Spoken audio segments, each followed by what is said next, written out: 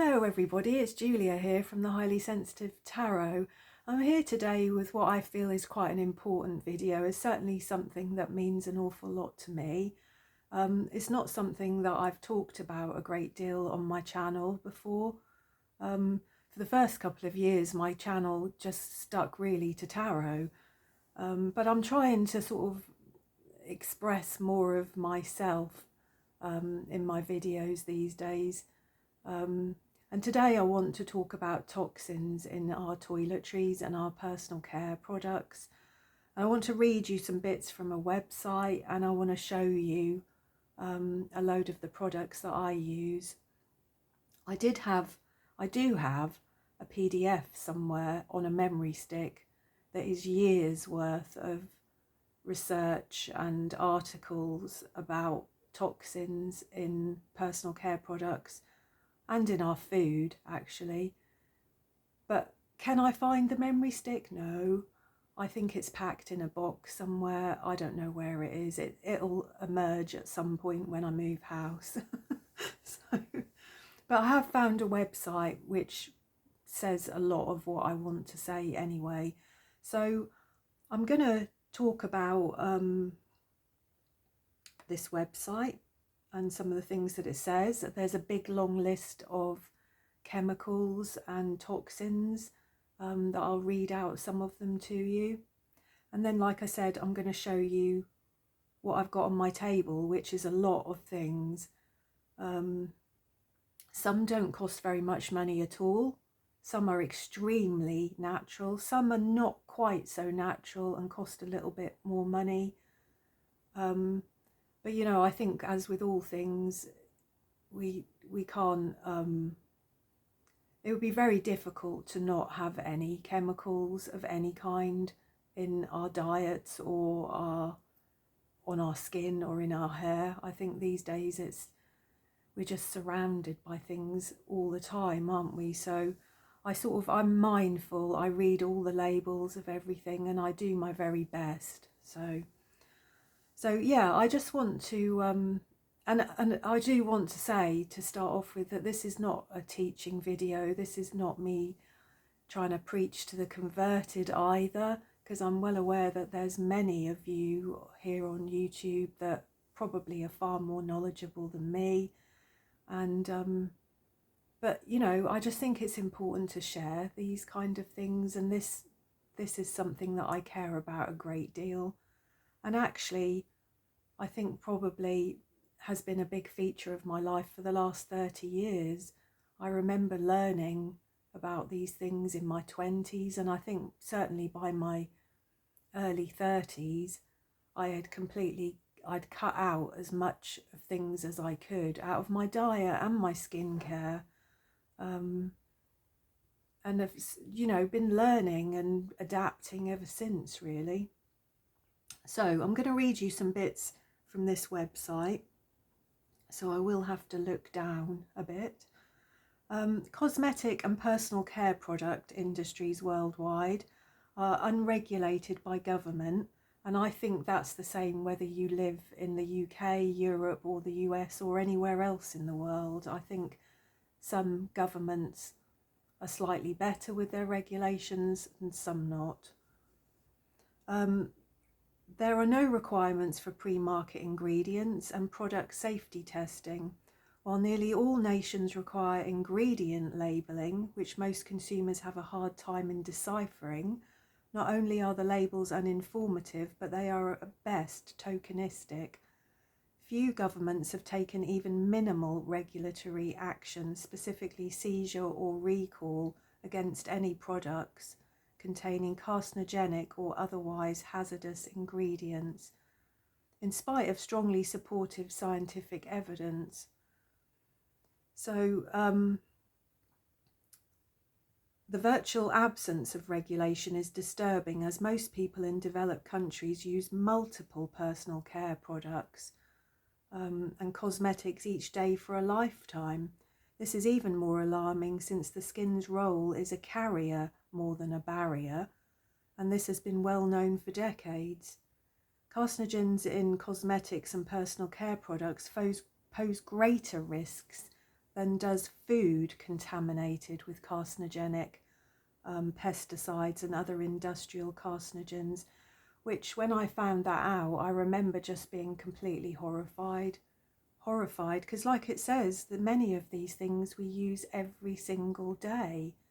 You know, there may be some foods that we eat now and again that are troublesome, but many of our personal care products we use every single day for years of our life. Carcinogens taken in by the mouth are absorbed from the intestines into the blood, which then reaches the liver. Once in the liver, carcinogens can be detoxified to varying degrees by deactivating enzymes by reaching the rest of the body. But those absorbed through the skin bypass the liver and reach the general blood circulation without this protective detoxification.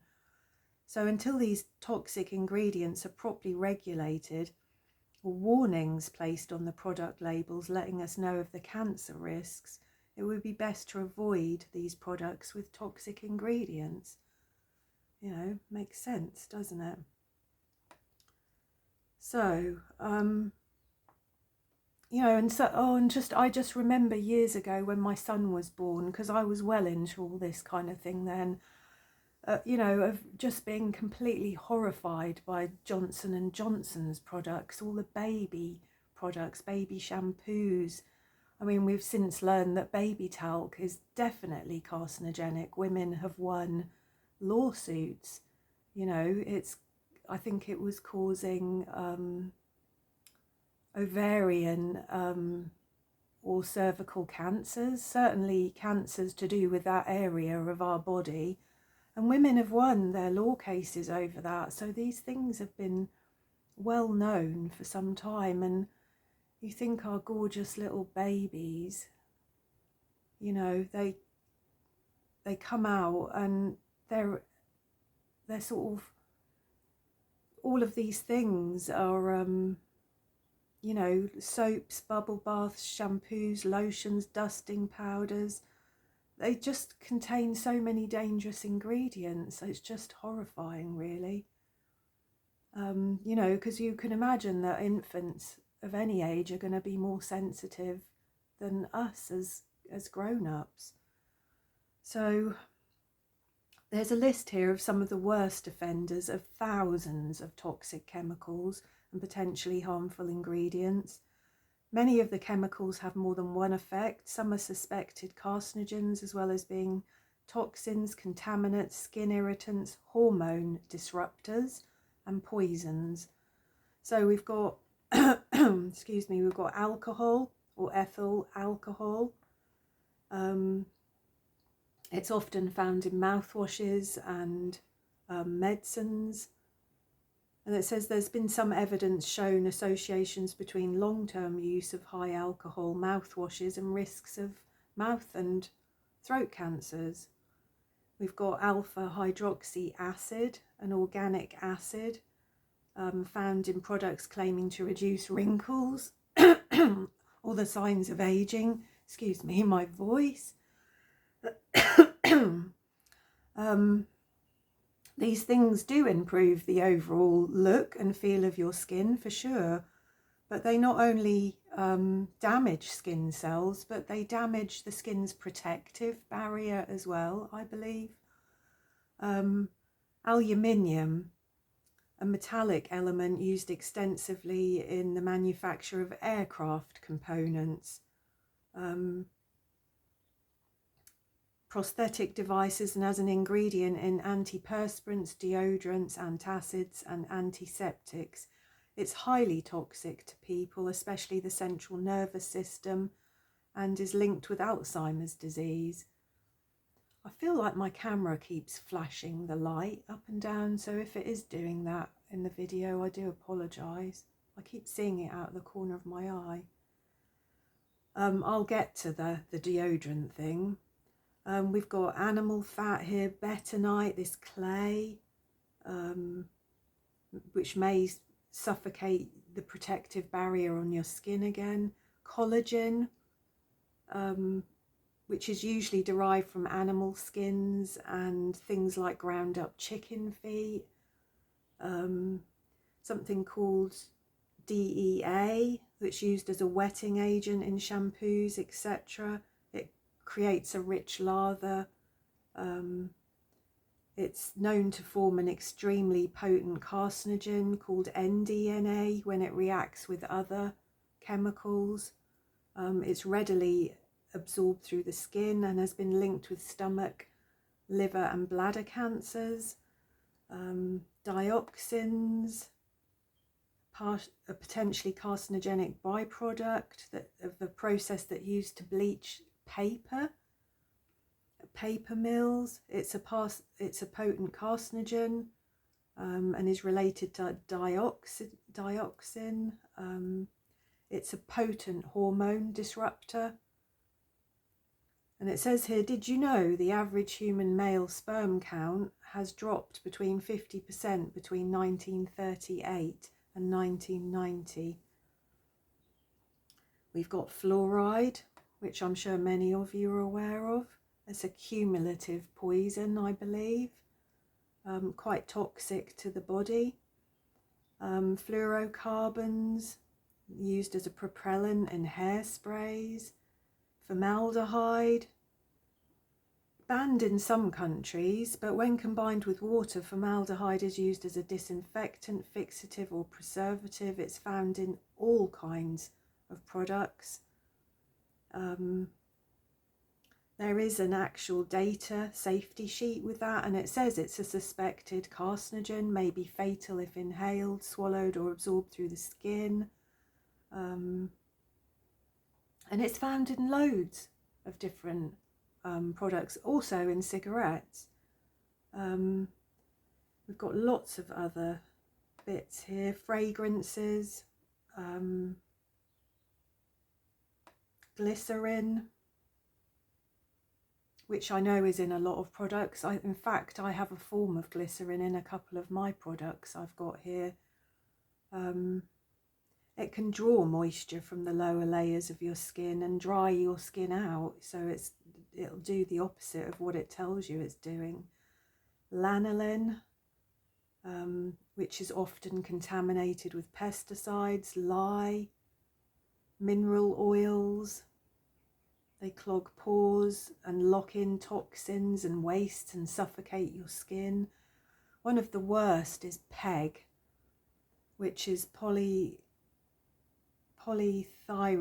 glycols of polymers of ethylene oxide, and it can be contaminated with a lot of dioxin, which is extremely toxic and carcinogenic. It can also be contaminated with arsenic and lead. There is petroleum, propylene glycol, which has been found to cause heart, liver, lungs and brain damage. It builds up in those organs. It can damage your immune system.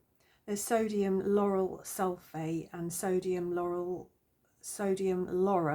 sulfate, and any of the supermarket or shop bought shampoos, soaps, shower gels, any of those kind of products, you will see this ingredient in them, and they are dreadful things, really. I mean, it's a surfactant used in cosmetics and industrial chemicals as a cleansing agent, used as a thickener and foaming agent in shampoos, toothpaste and cleansers, engine degreasers, auto cleaning products.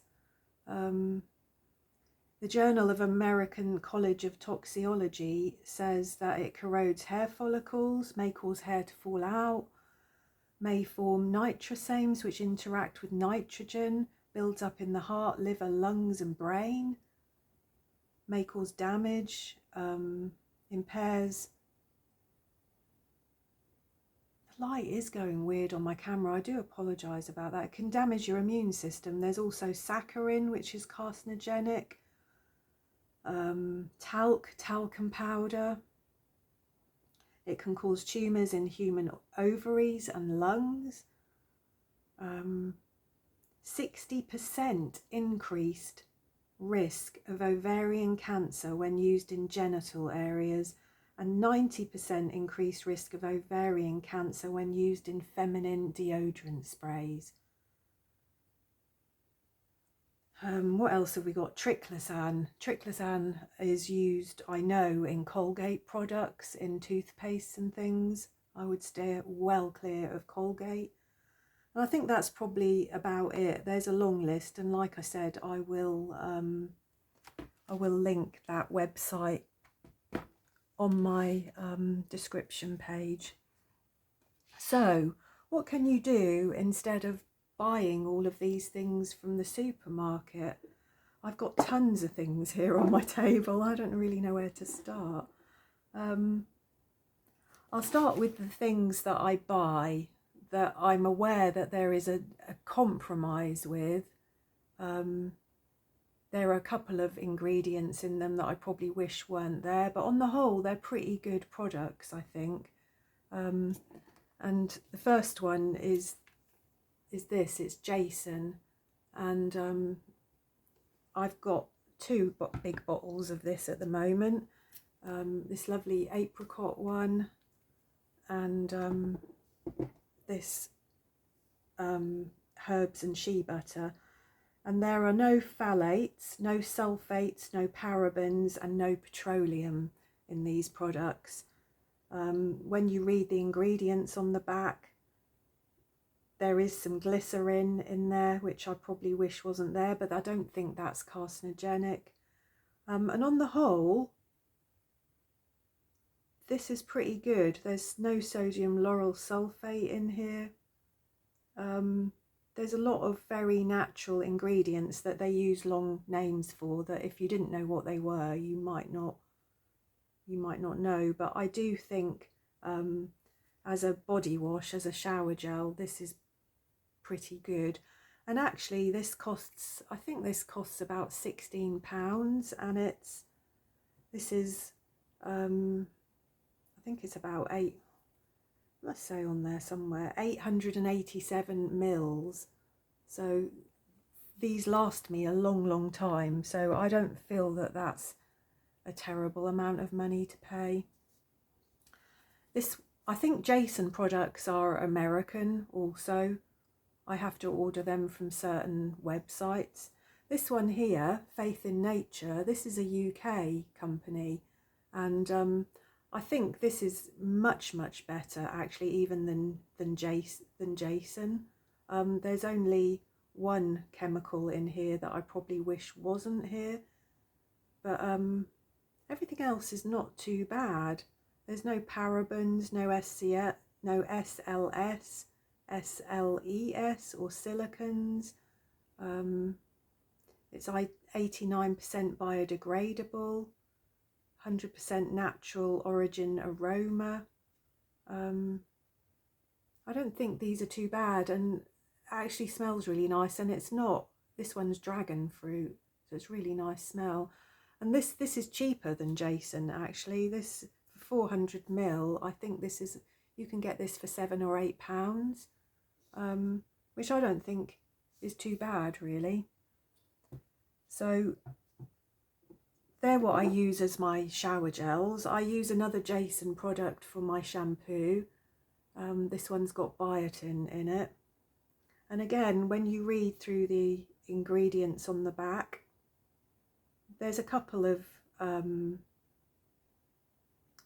things here that I probably would rather were not here, but on the whole, it's not too bad.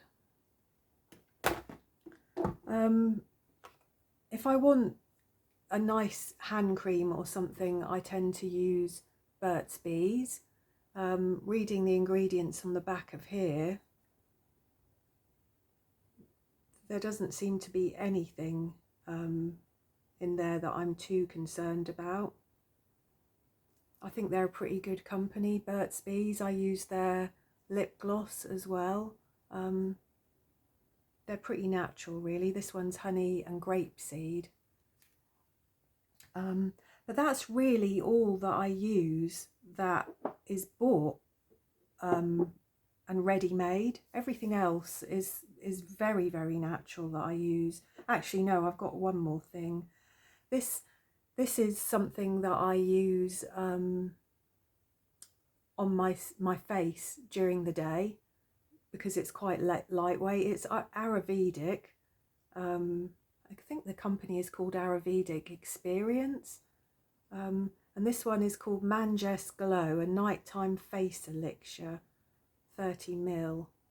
And it is absolutely beautiful. You can buy a day elixir, a night elixir. There's like an eye cream. They do all sorts of products, and they are pricey, but you only need a couple of drops of them really. And I only really wear it when I'm going to go out into the world because it gives your skin a nice colour, and it's not too oily. When I'm at home on my own, I use, and at night time, I use castor oil on my skin. You obviously want 100% natural, organic castor oil. I buy a big bottle of it, which I decant into this little glass bottle, and it's just got a dropper. And I use, you know, maybe one dropper full that I work into my skin at night time, and I sleep with the castor oil on my face, and I just think it's the most wonderful moisturizer for your skin. It not just as a moisturizer, but it just does loads of good things. I use it with one of these, and for the life of me, I can't remember the name of what they're called. And even if I tried to say it, I'd probably pronounce it wrong. But I think you probably all have seen these. This one came from Green People website. But you put your moisturizer on and then you use this. And if you follow where the lymph nodes are in your face, which is kind of across your face and down, I do a lot of this, or a lot of across my forehead, up under my jaw. I do a lot of that kind of thing, and I do that at bedtime. That's kind of my bedtime routine, and in the morning I will cleanse that off my face, and if I'm going out I will put on something like this, which is a bit more lightweight. But if I'm going to be home for the day, I will often put another few drops of castor oil on. My cleansing and toning these days is just rose water. Again, obviously you want to get 100% pure, organic, premium quality rose water. This is a big bottle, and this has lasted me months, to be honest. I just spray it on my face and wipe it off, and it's a beautiful smell. It's extremely natural. I think you can use this for all kinds of skin conditions, really. It can, you can use this for cuts and burns, and I think it might even help scars heal quicker. But yeah, if your skin's a little bit more greasy, you could use witch hazel. Again, you want to find one with no mineral oil or silicone or hexane or alcohol or anything awful in it, something pure and natural. And again, these things really don't cost a great deal of money, and they last for ages. I also use my witch hazel. I make a bottle up with witch hazel and water and essential oils, and I use it either as a room spray or a pillow spray. This one has got it's got clary sage and lavender in. That's all. And I'm using that at the moment as a pillow spray in bed, or sometimes I'll spray it on my sofa, or just in the air. Really, it's a nice smell, and it's all completely natural. So yeah. What else have I got here? Another thing I use on my skin a lot, and I've got it in a little plastic tub because this is the last of the jar that I had, but this is organic raw coconut oil, and at room temperature it will be solid like this, and when you heat it up it turns into an oil. I'm waiting for my new jar to come. I think about a 500 ml jar costs, I don't know, £8 or £9 in the UK, and it might last me 6 months even. You know, I use it in my hair. I will cover my hair in it and tie it up and go to sleep and then wash it out the next day. I use it as a body moisturiser. It's good for all kinds of things, to be honest, coconut oil. I cannot recommend coconut oil and castor oil enough. If I use, I've got so many things here on the table. If I'm going to use things on my body, what I tend to do is, because I think as well as moisturising, what's really, really important for your face and your body is to exfoliate. And of course, before I learn about all of these things, I used to buy these exfoliating creams and, you know, what are they, peach kernel creams and all these things. And then I realised that actually a lot of those things cause spots or just had things in them that you wouldn't want on your skin. So in the end, I just bought a pair of these. These are exfoliating gloves. You can buy them anywhere. They don't cost very much at all. And you put these on in the shower. You can either put a bit of coconut oil on them or a little bit of your shower gel, and you just exfoliate with them, and your skin is so polished and beautiful after using them that whatever moisturiser you put on afterwards, your skin just glows. So I can't recommend things like that enough. And on my body, because I showed you this that I use for my face, this is jade. And on my body, I use one of these, which as you can see is very old. It's been in the shower a lot. But it's the same thing for your body. What you're doing is you're trying to push the lymph around your body. So it helps if you have arthritis like me. I've got some swelling around my knee and one of my hips. And I find that if I use these things regularly, because that's the thing with all of these things, you need to do it regularly. It's no good just now and again. But if you do these things regularly, they really do help your skin tone.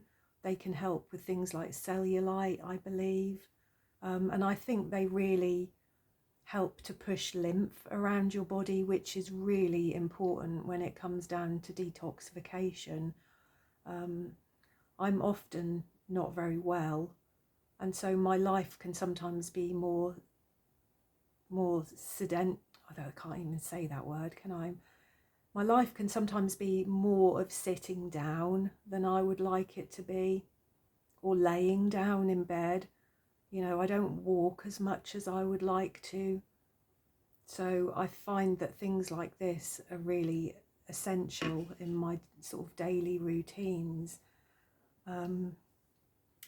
The other thing that I've started to do quite recently, because I've used castor oil on and off on my face for many, many years, because I've tried all sorts of things, you know, rosehip oil, almond oil is nice. I don't tend to put a lot of essential oils in my base oils, just because I'm quite sensitive to a lot of smells, even a lot of essential oils, so I like to just keep things simple. But the other thing that I've got here to show you are these packs. These are castor oil packs. These are small round ones, and this is the big pack that can go round your middle. And you can buy these from eBay, Amazon, anywhere. They maybe cost about £9, and you open this out, and on the inside is a big area that you can saturate in castor oil, and then you wrap it around yourself, or you can put it on these smaller ones, and you could put it on your neck or on your knee, wherever you want really. And I find again, if you use these things regularly, they really do help with all kinds of things. I found that a castor oil pack wrapped around my middle in bed at night sends me off to sleep really easily.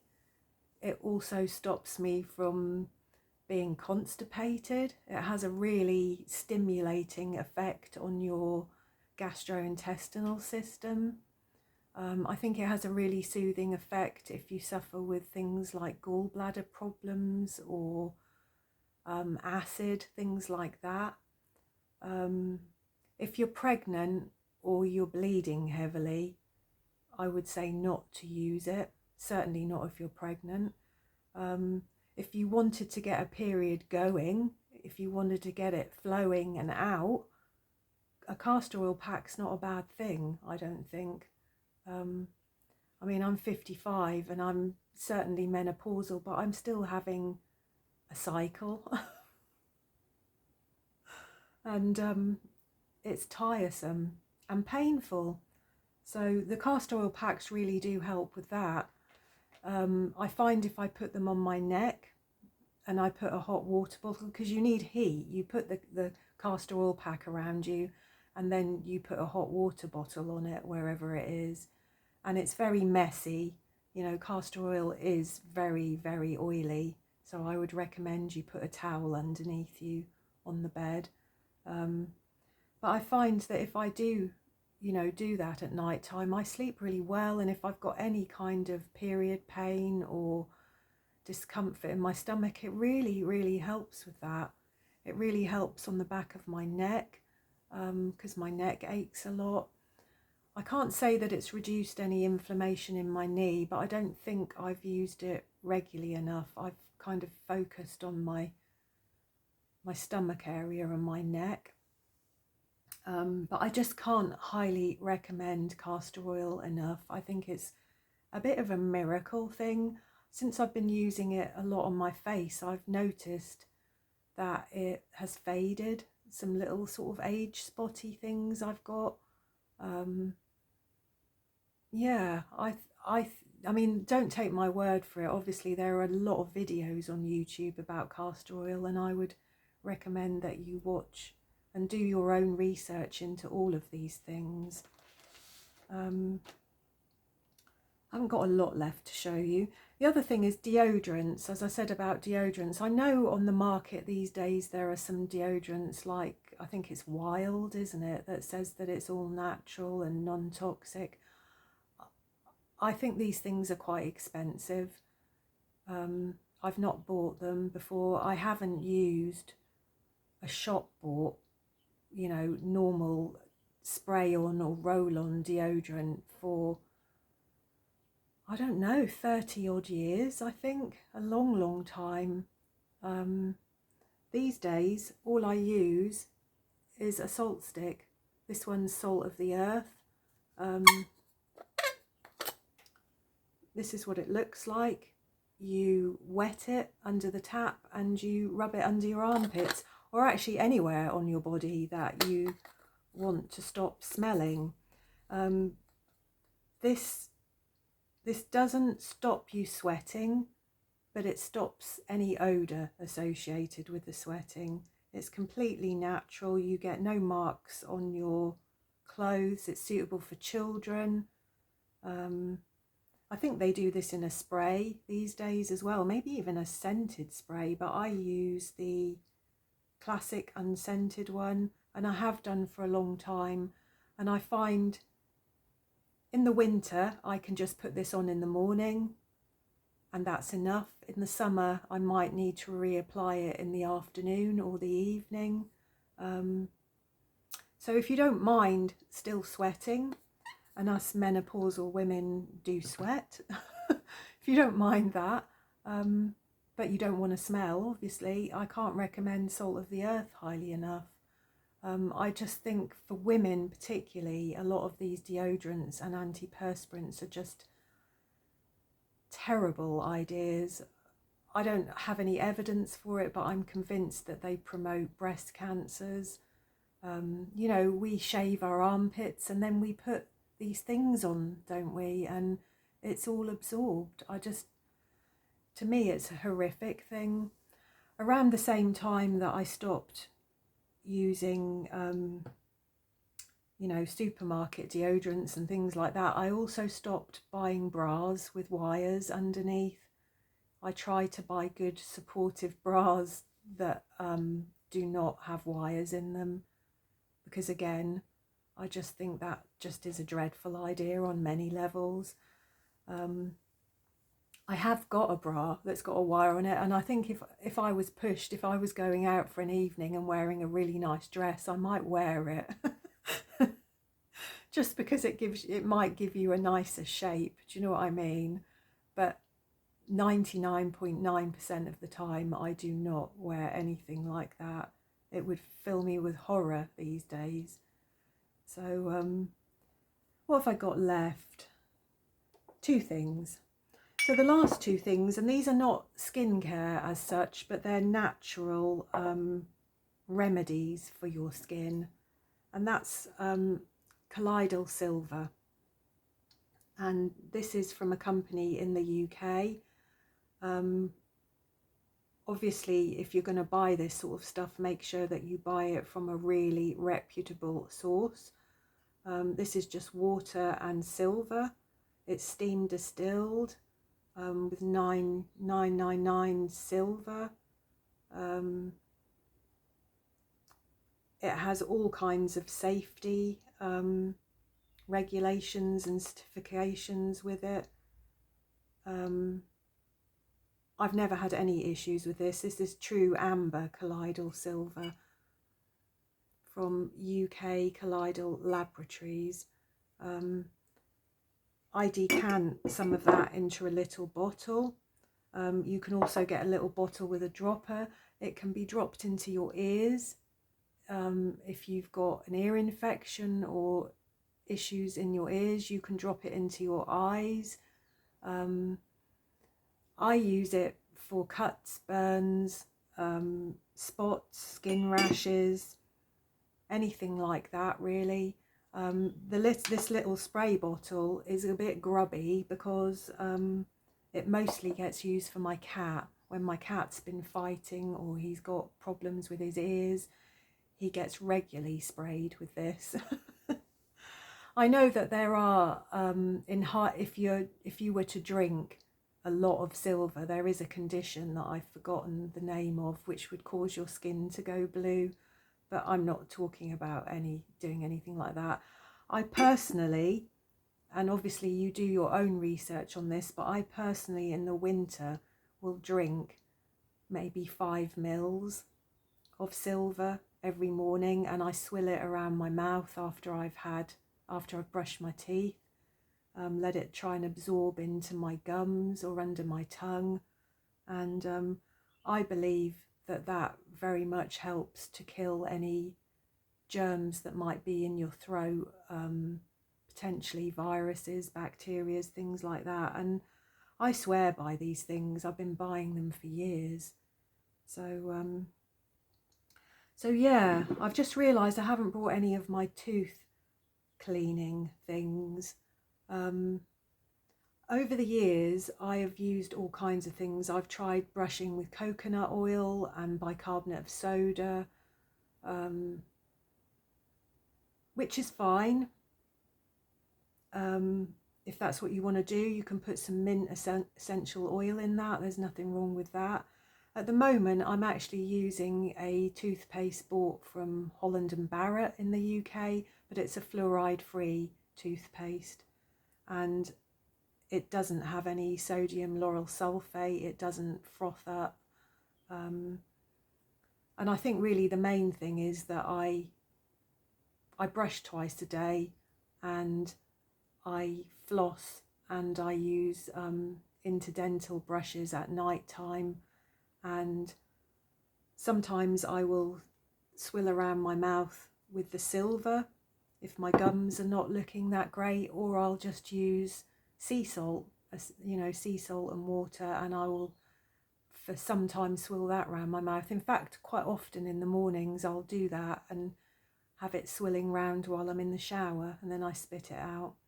So so yeah, I hope that this was interesting. I realise that I've waffled for quite a while. We're up to 40 minutes.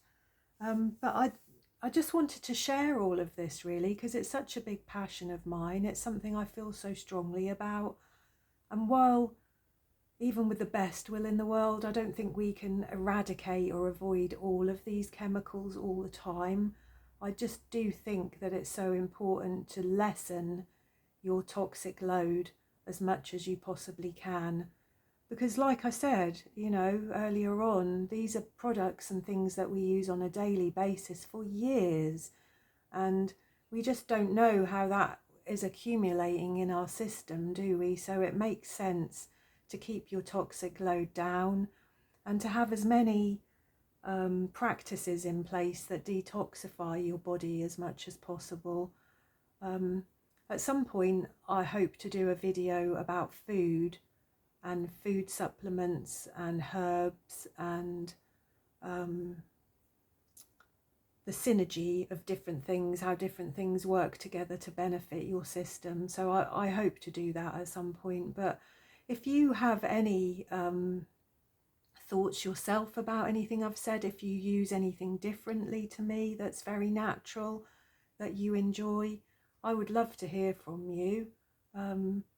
As I said, this is not, I'm not trying to preach to the converted, and I would like very much that you do your own research about what you put on your body.